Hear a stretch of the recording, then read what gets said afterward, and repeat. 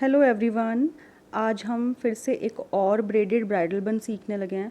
इसके लिए आपने पहले सारे हेयर की पोनी करनी है। ब्राइडल में भी आजकल स्लीक लुक का ट्रेंड है, तो फ्रंट से आपको ज़्यादा कुछ करने की ज़रूरत नहीं है। अगर किसी के बेबी हेयर हैं तो हम उसको हेयर वैक्स के साथ में मैनेज करेंगे और फ्रंट से उसको नीट लुक देंगे। उसके बाद में हमने पोनी को 3 इक्वल सेक्शन में डिवाइड किया है और हर एक सेक्शन से अब मैं 4 सेक्शंस बनाऊंगी, सब सेक्शंस, और उसकी मैं एक ब्रेड बनाऊंगी 4 सेक्शंस में। जैसा कि मैंने पहले भी जो मेरी मैट ब्रेड का ट्यूटोरियल है वो आप देख सकते हैं, मैट ब्रेड के जैसे ही बनेगी। उसमें हमने 5 सेक्शंस लिए थे और यहाँ पे हम 4 सेक्शंस में इसको बना रहे हैं। जो फर्स्ट हमारा सेक्शन होगा वो सेकंड के ऊपर से हम उसको क्रॉस करेंगे, थर्ड के नीचे से क्रॉस करके और फोर्थ के ऊपर से क्रॉस करके उसको होल्ड करेंगे। इसी तरीके से हमने इसको कंप्लीट करना है प्रॉपर पूरी ब्रेड को। उसके बाद में हमने जो बाकी के 2 सेक्शंस हैं उनको भी इसी तरह से मैट ब्रेड में कन्वर्ट कर लेना है, मैट ब्रेड बना लेनी है।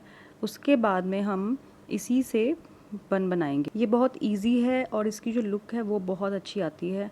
ब्राइडल के टाइम पे हमारे पास टाइम लिमिटेशन होती है, हमने एक टाइम फ्रेम में काम करना होता है, तो इस तरह के जो बन होते हैं वो बहुत ईजीली हो जाते हैं और इसमें हमारे हेयर डैमेज भी नहीं होंगे। अगर आपके क्लाइंट ने कोई ट्रीटमेंट लिया हुआ है, स्मूथनिंग कराई है, केराटिन कराई है या कोई भी और हेयर ट्रीटमेंट लिया हुआ है, तो उसके लिए ये बहुत सूटेबल है, क्योंकि इसमें हमें फिर कोई भी स्ट्रेटनिंग करने की ज़रूरत नहीं है और हेयर स्प्रे भी यहाँ पे बहुत कम यूज़ होगा। अगर आप चाहें तो अवॉइड भी कर सकते हैं। सिर्फ हमने थोड़ा सा हेयर वैक्स यूज़ करना है, जैसे कि मैंने आपको पहले बताया था कि स्लीक लुक के लिए जो फ्रंट में हमारे बेबी हेयर होंगे उन्हें मैनेज करने के लिए हम सिर्फ थोड़ा सा वैक्स यूज़ करेंगे।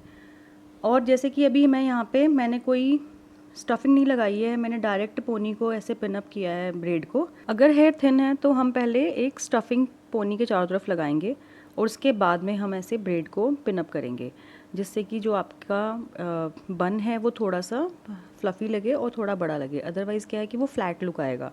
फर्स्ट ब्रेड को पिनअप करने के बाद में हम सेकंड को सेट करेंगे अकॉर्डिंगली। बन में हमेशा देखना होता है कि जो उसकी शेप है वो बहुत अच्छी आनी चाहिए।